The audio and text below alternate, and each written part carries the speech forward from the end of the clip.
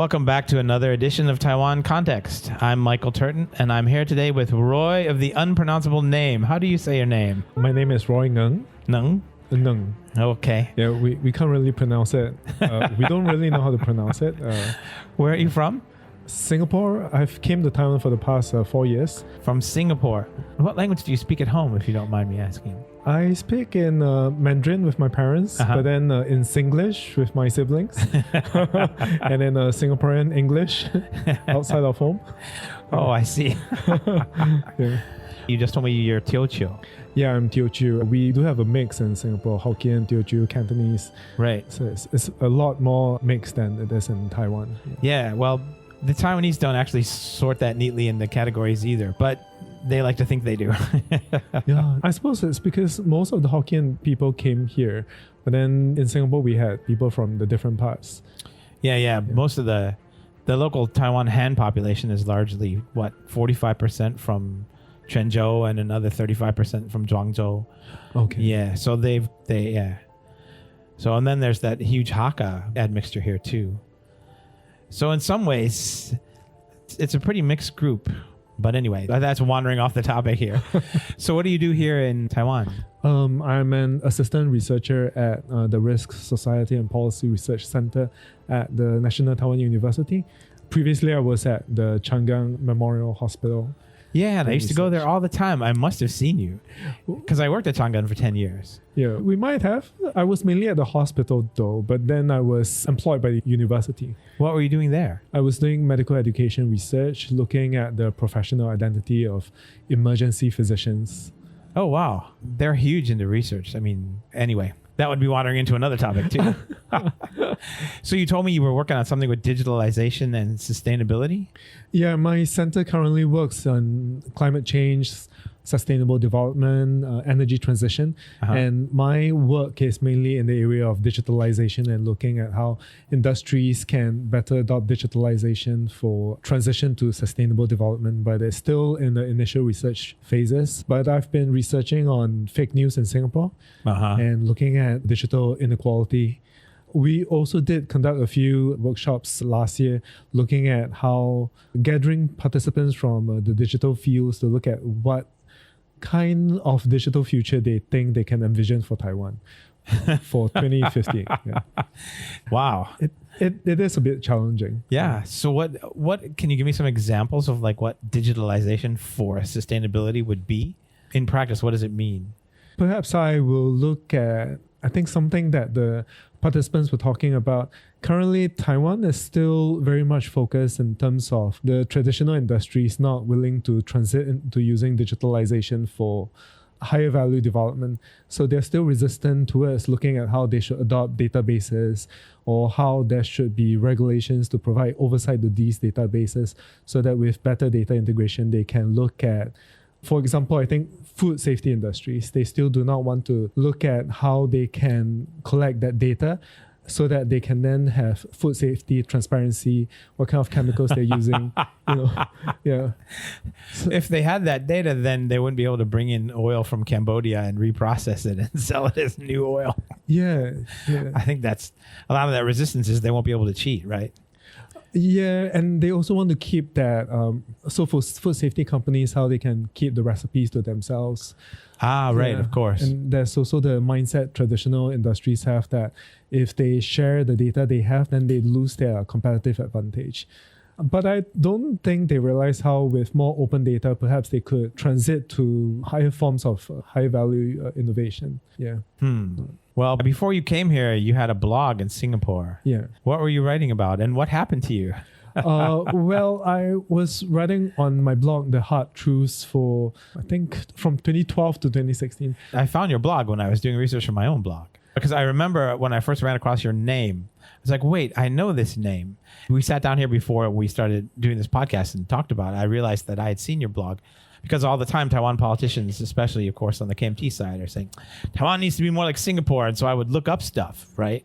about Singapore, and I would hit your blog. It was one of the few blogs that talked about finances and the government and stuff like that. So what happened to you when you started writing about these things? Well, the one thing that I wrote about was how the Singapore government was using our pension funds for investments and how they were not completely transparent about how they were using the funds for investments in the two government agencies chaired by the Prime Minister himself and the other one owned by where his wife is the CEO. Right. So there were different websites that you actually had to look for the information of how the monies were invested. And when I pieced them together, I think that was when the government was coming down on me because they did not want information known openly about that. But it was available on websites. It was very difficult to find. There was, I think, an intention not to allow it to be openly transparent until I questioned it. And then it was said afterwards in different settings that the money was invested. But primarily it's because Singapore's pension funds are used for housing, healthcare, so the key social sectors, social protection sectors. But then there is inadequate retirement funds and very expensive healthcare. So a lot of that money that the government is investing comes from people that is not returned. And I think there is an intention not to be too transparent about that. Right. Yeah. Yeah, I could easily, yeah. Yeah. But when you talk about how there are a lot of Taiwanese who think that they should follow the Singapore model of authoritarianism so that Taiwan can be as efficient, I don't, yeah. They have no idea. It's a kind of conspiracy theory that you hear all the time, especially when you talk to people over 50 years old. Yeah, but I don't think they realize that. I think Taiwan, after being here for 4 years, I do think that it is less inefficient. But the thing is, the Singaporean government is very efficient when it comes to things the elites want to pass through, not when it comes to things that it's not interested in, like minimum wage or unemployment benefits. Right. Yeah, so a lot of the policies, even though they're efficient, might not be in the interest of Singaporeans. And this is where at least there's open debate about this in Taiwan that's not available in Singapore. Right. Yeah. Right. And you hear a lot of old, you hear that again and again from people over 50. Oh, Taiwan, how luan, no. There's too much freedom and that we need, if only we had more authoritarianism. That was the underlying message of Han Kuo-yu, right? If we had more authoritarianism, we'd be rich. Yeah. I found it was very interesting to understand this because when I came to Taiwan, I had the impression that it's completely democratic, 30 years of democracy, which means that everything must function equally and fairly. Before I came to Taiwan, I was looking up social protection and healthcare is relatively free. There's unemployment benefits and people do get higher retirement benefits than Singapore. So I thought it's a very equal country even compared to the Western countries. But then I realized the bit of dysfunction and the democracy, which I eventually understood as part of the democratic transition that people have to go through. And while undergoing this democratic transition, it must mean that they have to undo a lot of the authoritarian underpinnings that has been built into the people. Because coming from Singapore, I can understand how Singaporeans fear, Singaporeans believe that they have to believe in the government, you have to trust the government. Right. And then coming here where people are trying to, the older generation still believe in it. I had a colleague who was in her 40s who was asking why the younger colleagues were trying to challenge the administration. Yeah. And then that was when I saw how there are generation differences and how the authoritarian mindset is still settled in among some of the older generation. Yeah, it's a huge problem. It's in government agencies. All the top people are over 50. Yeah. So they're a generation behind, and the younger people are, you watch them become more green and more open, and and I've been here since 1989 basically. So I went through the whole thing where you could walk into the government agency and they're all reading a newspaper and they look up at you like, what do you want? That kind of thing. And then at the end of the 90s, they had this TQM program, total quality management thing go through, and now they had great service. They bring you a cup of water. There's an information desk. Before you had to squeeze information out of them drop by drop. Now you can find out what you need to know. Things have really changed. So you do think that the governance has changed? I mean, some of the complaints, new foreigners like I have, are that there's not enough digitalization built into the system. Why do we still have to print paperwork? Yeah. Why is the government not responding fast enough to the old guys at the top? Yeah. Okay. That's how I see it anyway. But you were actually doing research on this. You were working on the Taiwan EID something. We were just talking about that. We were talking to participants who said that they have a lot of feedback on how in terms of the electronic identification card, the government actually has plans since 2016 to develop the plans, but then it was only in the last year that they tried to consult with NGOs and public groups.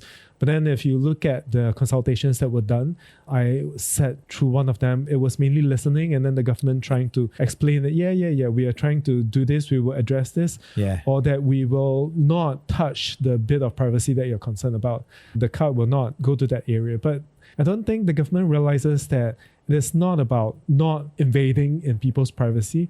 One of the participants we had was talking about how as long as there's the internet and as long as things are online, there will be no privacy, and they understand that. And they actually also agree that the EID would be good for Taiwan, because Taiwan is actually quite backwards compared to many countries that have it. But what they want was the government to understand their privacy concerns first, and then to develop digital regulations to deal with it. But they feel that the government does not understand the privacy concerns, and they do not want to develop regulations. So they feel that must mean that the government needs to undergo digital literacy courses, since they do not understand what the youths are concerned about or what the tech guys are concerned about. Right. Yeah. That doesn't surprise me. I mean, most of the time you find that the government will say, the government has a meeting, but they don't collect feedback from the locals. It doesn't matter what the policy is, putting the coal plant up there, where was that? Up in New Taipei City, or on the coast up there. Remember, they were going to build a small coal plant, and they went in, and the public said, no, we don't want this thing here. It's a bad idea. And the government was like, oh, we haven't communicated well. But of course, they were just telling the people. Yeah. It's everything that you see this. And so this just looks like normal older bureaucrat practice. We tell you, and this is how we have our meeting. Yeah, I was discussing with my colleague just yesterday, because he does research on air pollution, and Taiwan has to create air pollution control plans every 4 years under the Air Pollution Control Act. And in one of This is a national plan. Yeah. But in one of the plans they created, they did not. The act actually requires the government to consult with citizens, but they did not consult, and then they developed a draft without the consultation.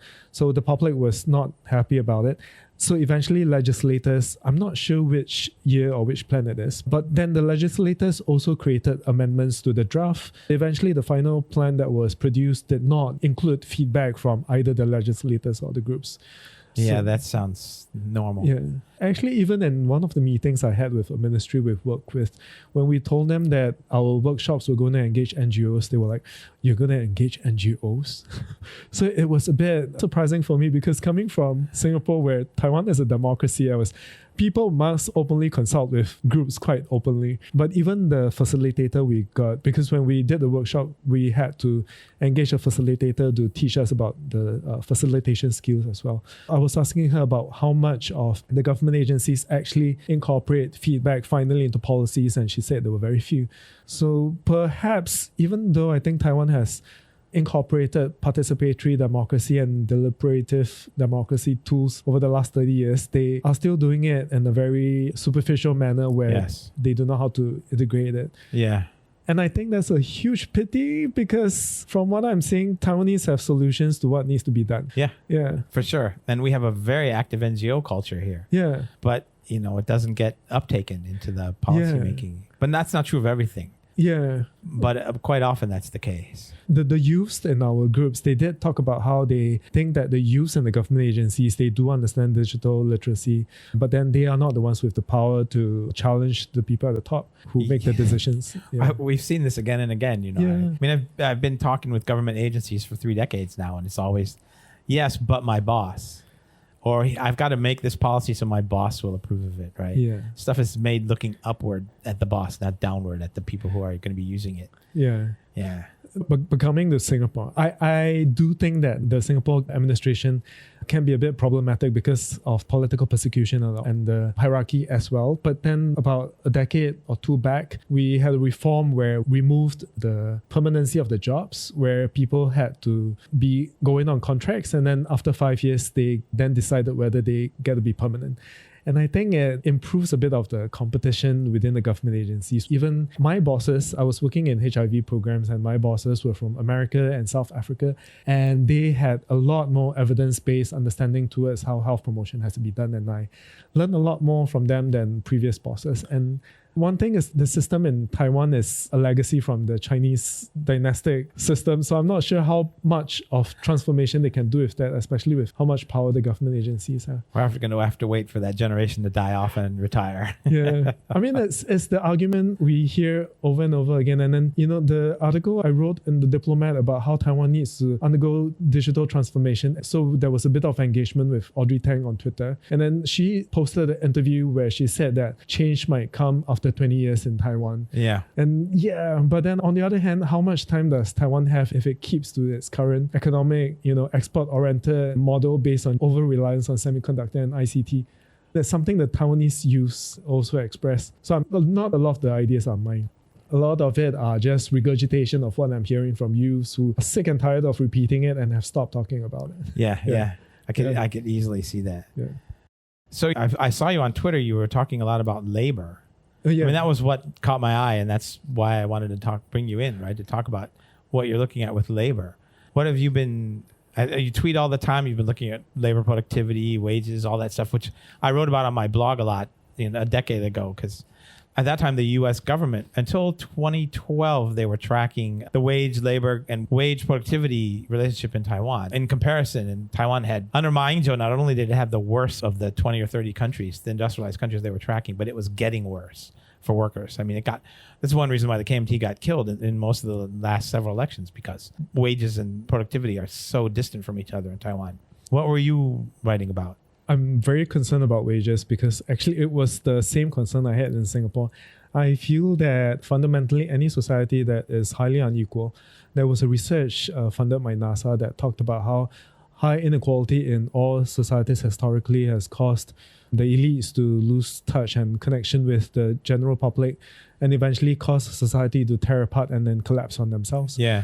So, and in Singapore, Singaporeans actually, there is a segment of population that earns even lower than the minimum wage of 24,000 in Taiwan. So but Singapore's more expensive than Taiwan, isn't it? I think on average twice as expensive. Wow. And estimates are that minimum wage should be between 1,005 to 2,000 Singaporean dollars. That would be about 40,000 Taiwanese dollars or so. But then there is still about 15 to 20% that's earning below that. So when I was in places like Australia and Europe, I saw how they have their problems. But then I think with more economic development that gets translated into social development, at least people have time to think and breathe about what society should be like, how they should contribute to society, how society being more equal allows more space for conversation towards improving and enhancing the quality of life. Well, that was before all the populism took root and all that. So then I was very concerned about wages. And when I came to Taiwan, so I was telling her about how before that I saw how healthcare, retirement, unemployment benefits, they are perhaps in Asia one of the best structured. But then I didn't understand why they could not be taken to another level. Taiwanese were complaining about how the national health insurance is going to become bankrupt, how it's not being funded adequately. And I think the fundamental problem to that is the wages are too low. Yep. Yeah, and medical devices, their prices have been increasing, so have medical drugs. But then because wages are not increasing, premium rate only increased this year. It prevented the total health premiums collected to increase to cope with the rising costs, a lot of which is actually imported from other countries, because even when Taiwan produces its own medical equipment, a lot of it is exported as well, except for the low-value ones that are kept in Taiwan. So the other problem is that then the wages of doctors get cut because of the point system in Taiwan. How does that work? I don't have a complete understanding to that, but part of the pay that they receive from the national health insurance is dependent on the point system. So the government changes the point system on an annual basis, I think. And if there is not enough in the national health premiums, the point system gets reduced and the wages of doctors gets moderated based on that. Wow, So, I didn't realize that. Yeah, but there's very little sympathy for doctors, understandably, because their wages can be $200,000, $300,000, and because the wages of Taiwanese are so low, they have no appetite to empathize with the doctors. Understandable, but at the same time, doctors are subjected to high, long work hours, Yeah. and they are not protected under the labor conditions, which means that when there are problems with the national health insurance, which is a holistic problem due to the low wage situation, they do not get protected as well. And I mean, the whole of society does not benefit. I mean, back to the wage problem. Sorry. I think therefore, if we are seeing collapses to the social protection system, such as the health insurance system, one of the fundamental problems, then should we not look at how we should fundamentally deal with the issue? I think the other thing is among the youths, at least with the friends and colleagues I speak to, one of the reasons some of them have about not being too motivated at work is because if I am only going to be paid a certain amount of wage, there is only a certain level of work that I'm willing to contribute. And I think I work with some of the more intelligent people as well. So you see some of them try to curb how much they want to do because they know that part of the reason is the wage, but then there's of course the other reason that they are not completely recognized in the system due to the hierarchy and how. Right. Yeah. Right. I mean, that's a bit of an off-tangent issue. Yeah. No, I think that's really important. It all functions together to suppress innovation and commitment to companies. What I've seen is, because I follow my students on Facebook, right? Follow their lives after they graduate, and I see this. They shift through several jobs, all of which pay the same low wage, and they complain constantly about their bosses, right? And then the Taiwanese bosses, of course, for that pittance that they're paying you, they act like they own you. Yeah. You're their slave, right? And then when they get promoted, finally, they act that way too. Yeah, I think as the wage system is a problem because the fixed wage is relatively low to the overall wage that people get paid. And that gives bosses too much power to decide how much bonuses to pay you based on the amount of your allegiance or loyalty you have to the company. And that prevents questioning or labor empowerment among workers to challenge the system, even in companies that talks about transformation. I mean, my current company, we work on transformation, and recently we had discussion on how we could perhaps reorganize the company. And I'm working with some of the most intelligent researchers I think are around. But even then, the willingness to speak up is low. And I was surprised by that and not surprised at the same time. Yeah. But this is prevalent across the various work sectors.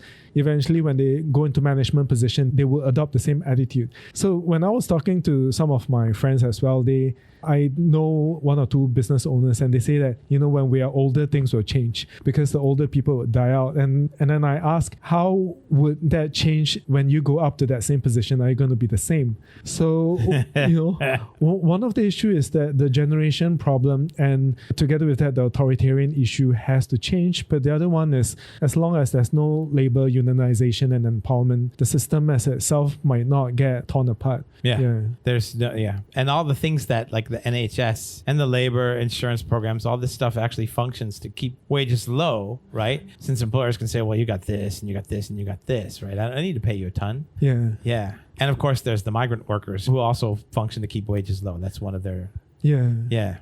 I actually think it's quite an unfortunate issue that because Taiwanese wages are quite low, they have no willingness to be more open towards the migrant workers to understand that they suffer from the same labor issue plights and low wages as well, or to be open to the fact that doctors, even though they are high earning, suffer from wage protection issues as well. Well, there's a general lack of solidarity, right? Yeah. And it goes back to the educational system where everyone is competing with everyone. Yeah. And you're going to get weeded out if you don't work hard, put your nose to the grindstone, and got to give up piano lessons when you go into junior high school because you got to study. Yeah. Yeah, it's really a terrible system. And the kids get socialized into it very early. Yeah. I get frustrated because when I came to Taiwan, I chose this place because it's different from Hong Kong and Singapore. It is not a highly neoliberal society that... Or so you thought. Or so I thought. And then I came here and I realized that just because there are good social protection mechanisms does not mean that it is not a neoliberal society. It functions very strongly like Singapore. The wealth inequality is very high. And growing. Yeah, and the wage share as a percentage percentage of GDP is similarly low as Singapore and one of the lowest among the advanced countries. Yeah. Oh, and I was talking to you about the wage-led, export-led economy. I think Taiwan keeps saying that its economy as a whole needs to rely on this export-led industrialization and trade development, and therefore wages and costs need to be kept low. But I don't think it's the economy as a whole that needs to do it. It's just the export industries, which are only among a few large major industrial companies in the semiconductor, ICT, and petrochemical industries.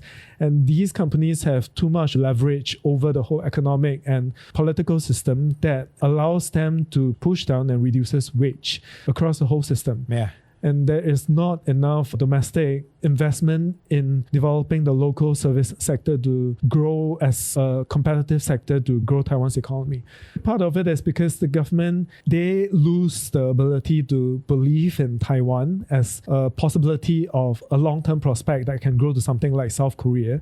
And therefore, they go back to relying on the semiconductor industry. Actually, I was quite surprised because a few weeks ago, President Tsai Ing-wen announced that there will be more investments made to the semiconductor industry. And I'm like, how much more investment do you need? I thought we just went through COVID-19. They had an increase in exports, and we could use this opportunity to translate whatever learnings we had from COVID-19 into the other industries by increasing digitalization in the other industries or supporting innovation in workers. But that did not happen.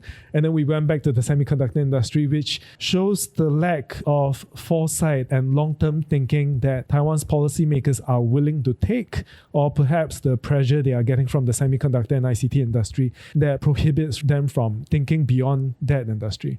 Right, yeah. Because if wages rose in another sector, it would force them to push up their wages as well. Yeah. I feel it's contradictory situation because they are willing to increase wages among their own companies, but they do not want that pressure from society to dictate how much they want to do it. And Taiwan, compared to South Korea, and I think this requires a bit more analysis, but both countries are export-led economies.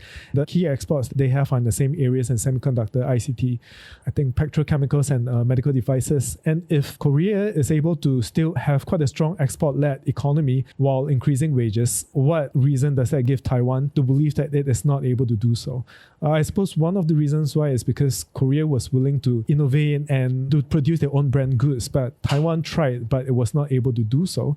I wonder how much of not being able to do so was because they were so used to the low cost that they did not invest enough in innovation. There was a study that I read that compared Taiwan with Japan and America, and it showed that Japan and America were willing to retain the investments they had in researchers who were doing innovation, while in Taiwan, once they had up to a certain point when they saw that the innovations were creating products for commercialization and export, they decided that they will transfer the talent they had in innovation into business development.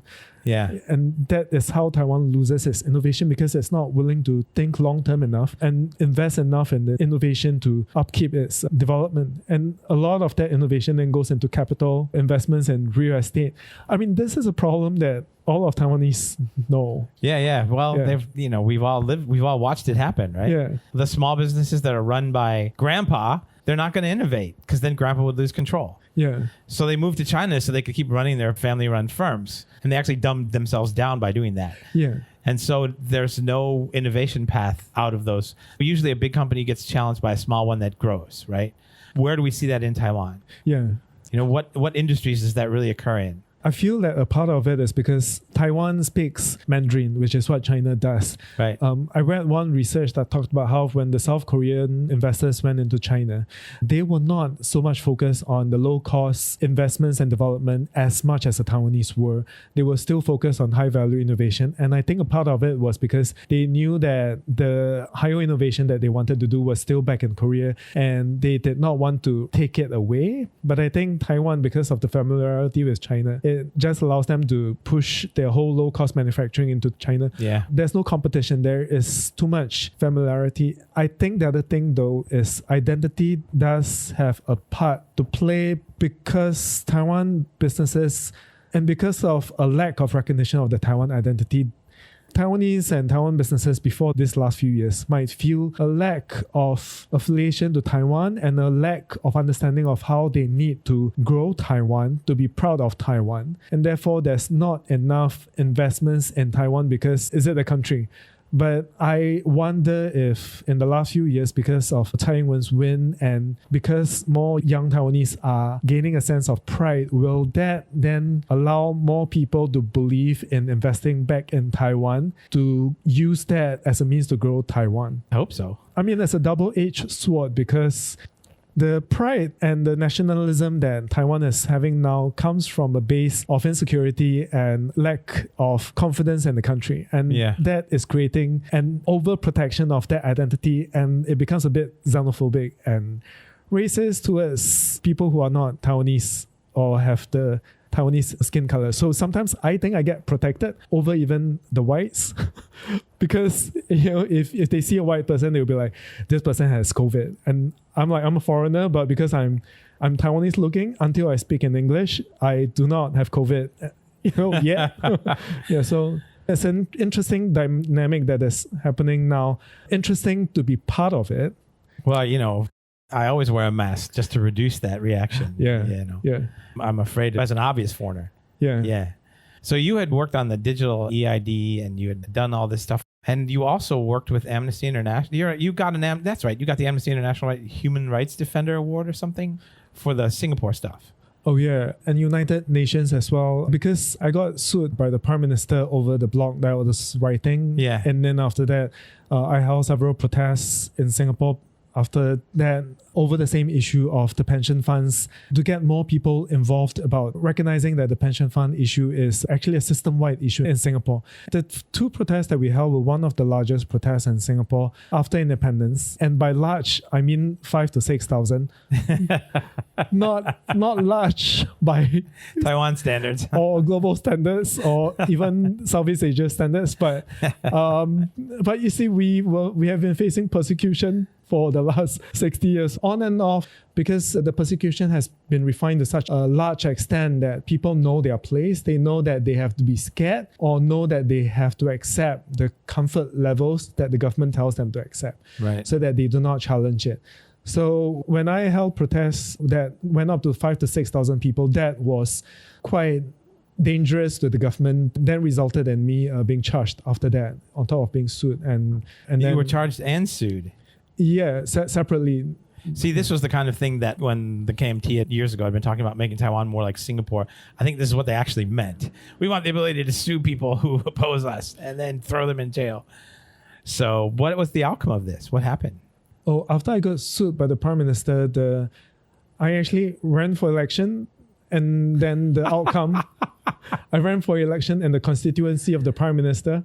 No way. Yeah, but then in Singapore, it's a bit interesting because we have single constituencies and group constituencies. Uh-huh. So the group constituencies are created so that it gives the opposition a disadvantage when it comes to running against the ruling party. So I ran in a group constituency against the Prime Minister's group constituency and lost badly as one of the lowest winning opposition. Anyway, the case was concluded after the election, and then that was when I was told that I had to pay $150,000 in damages, Singapore dollars, to the Prime Minister, which is about 4 million Taiwanese dollars. And I'm still paying him on a monthly basis of 100 Singapore dollars, or about 2,000 Taiwanese dollars on a monthly basis up to 2033. For the case that I got charged with, I pleaded guilty after the election because the main point of my advocacy at that point was to see change at the election. And when that did not happen, I actually lost quite a bit of hope, and I did become quite depressed. I can imagine. Yeah. And when I was in court with the government's lawyer, I told them, we all know what my charge is about. We all know that the election is over. Do you still want to continue with this, knowing what this is about? And they said that, yeah, sure. So I said, okay, fine. I'll just plead guilty and get over and done with it. About a year or so later, I came to Taiwan. I see. Yeah. It's difficult. Actually, a lot of what is happening in Hong Kong right now with how there's a crackdown on opposition, more than 50 of them thrown in, arrested. Yeah. That was what happened in the 1960s in Singapore. Right. In 1963, when the government arrested more than 100 opposition, labor unionists, independent news editors, activists, and it was actually more horrendous in the sense that they were jailed under a law, Internal Security Act, that allows the government to detain them without trial. And one person was detained for more than 30 years and released only in the 1980s. Wow. So I see a similar pattern happening in Hong Kong now. And sometimes it's ironic when some Hong Kongers feel that Hong Kong, not only Taiwanese feel that they should follow the Singapore model where there's a small state, well controlled, a growing economy, and slight persecution, but there's something acceptable. But they do not realize that all this persecution that was done 60 years ago entrenched the fear and entrenched the oppression that led people to understand that they should not speak up. And therefore, why we have so few persecutions now, because it is ingrained in our psychology to know not to act. Right. Yeah. Right.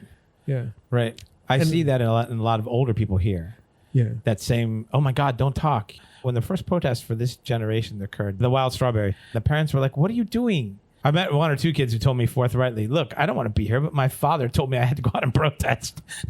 Well, for the most part, the kids were like, oh yeah, our parents are totally against this. We should be doing our homework or whatever. It's the political function of so much homework, right? It's to keep the kids occupied so they can't engage in politics. Yeah.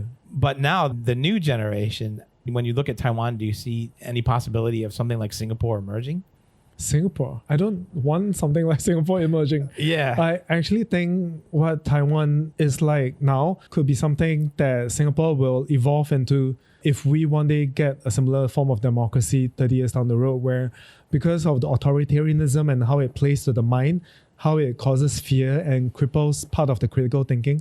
I say cripple because after I lost the election quite badly, I went into a state of fear where I started to fear that my criticism of the government might lead to further persecution. Right. And then that was when I understood why Singaporeans would not be willing to speak up and were willing to compromise their critical thinking so that they do not act on it. And so because of the lack of consistent and coherent critical thinking that we have been taught to go through, I wonder if one day, if we had democracy like Taiwan, that we would be in the same situation.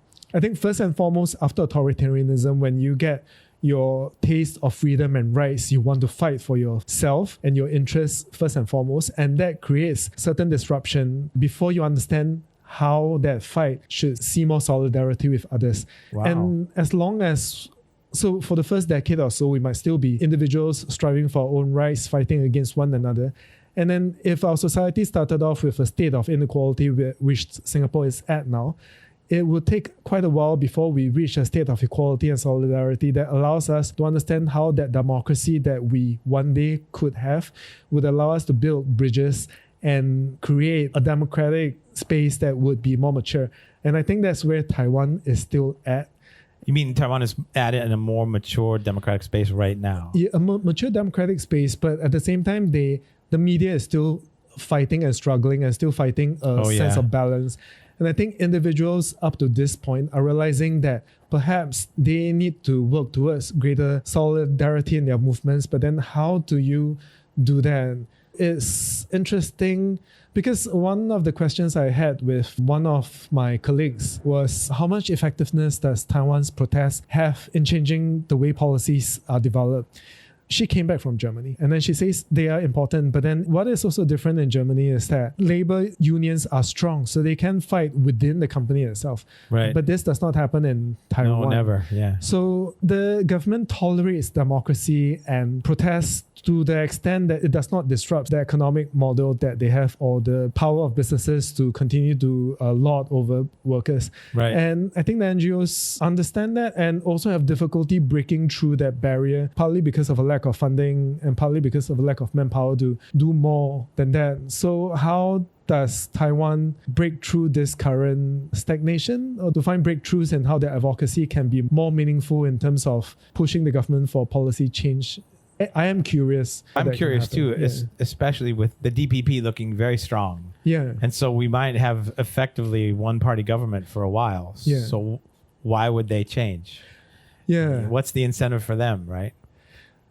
I'm actually very worried about that as well. For a while, I was thinking to myself, DPP is actually pro-democracy, so it's okay if they are one-party government. But no, because with the realization gradually now that it's actually a neoliberal economy where they are still not going to focus themselves on the workers. They're a neoliberal party. Yeah. Oh, I also find it a bit distasteful that they are using democracy as a marketing tool to market themselves to the democratic Western society, to say that because we're a democracy, you should support us. And that's why we have same-sex marriage. I'm gay, I support that. And then that's why there's transitional justice. But then using these as marketing tool, but not actually improving the lives of workers, and not asylum law for the Hong Kongers, or improving the rights of migrant workers, or removing the death penalty, I think is very hypocritical. Yeah. It does have that stink. Yeah. But they're talking to other neoliberal societies. So, yeah, what could they do? It's true.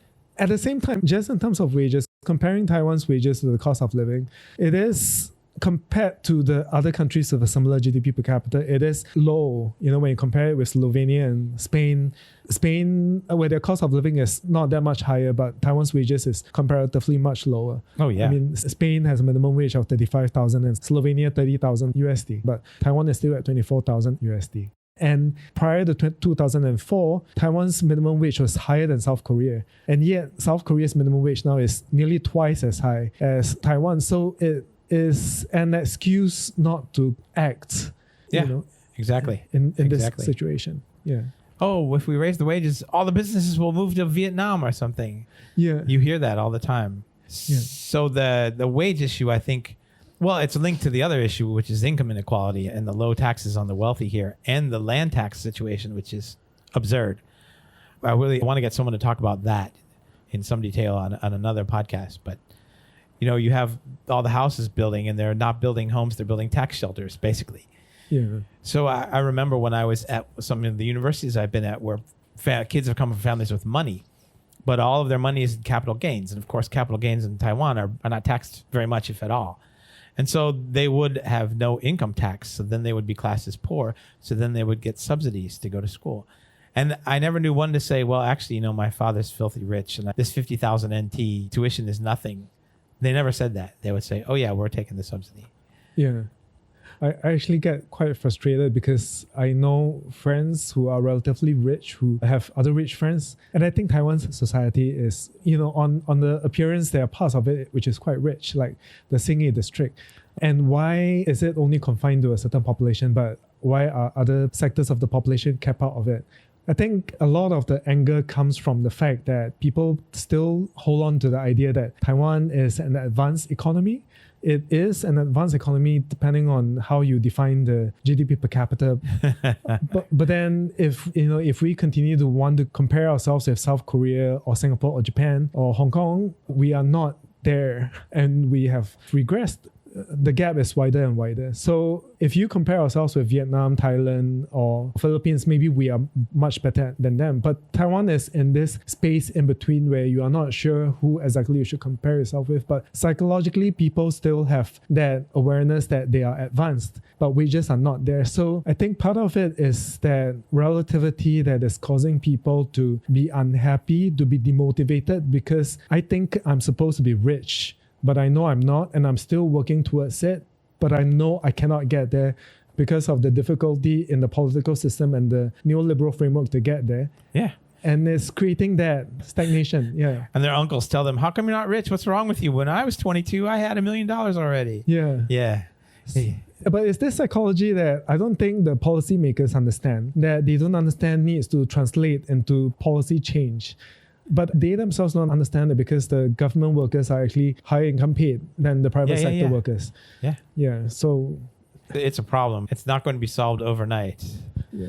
But I think the main issue is that there needs to be leadership to transform the government. And I don't see that happening, so that is a problem. They need to impose on the government to have flexible, reflexive thinking that responds to the needs of people, because Taiwanese know the problems. Oh, yeah. They have to change the way they consult with Taiwanese and to have policy measures that actually require feedback from Taiwanese to be put into policies and penalties to be incorporated if this is not done. That's, I think, a big problem, because if you look at a country like the United States, when a new administration comes in, the people are all replaced. But in Taiwan, it's much harder to get rid of those high-level bureaucrats who've come through the system and have these attitudes that are 30 years out of date. So the administration actually sometimes has trouble getting things done. That was one of the things that Chen Shui-bian fought. The bureaucrats just went go slow on him. He had so much trouble from the bureaucracy.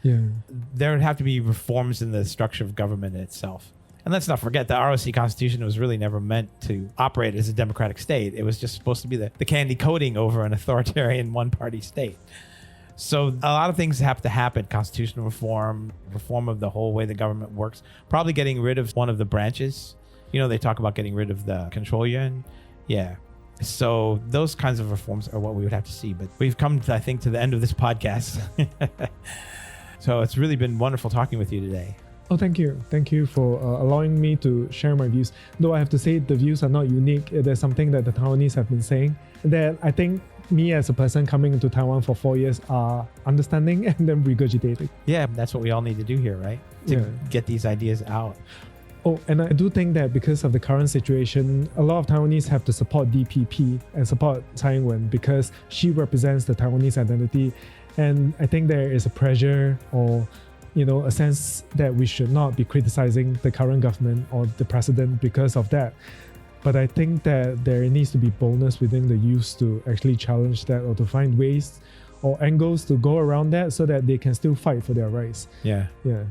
And I think that honesty is very important. That's an interesting observation. Yeah. Next podcast. Thanks a lot. I really appreciate it. Thank you. This has been brought to you by the Taiwan Report. For more content like this, become our patron at report.tw. 哎呦，就是那个台湾狗啦，最喜欢我的台湾狗了。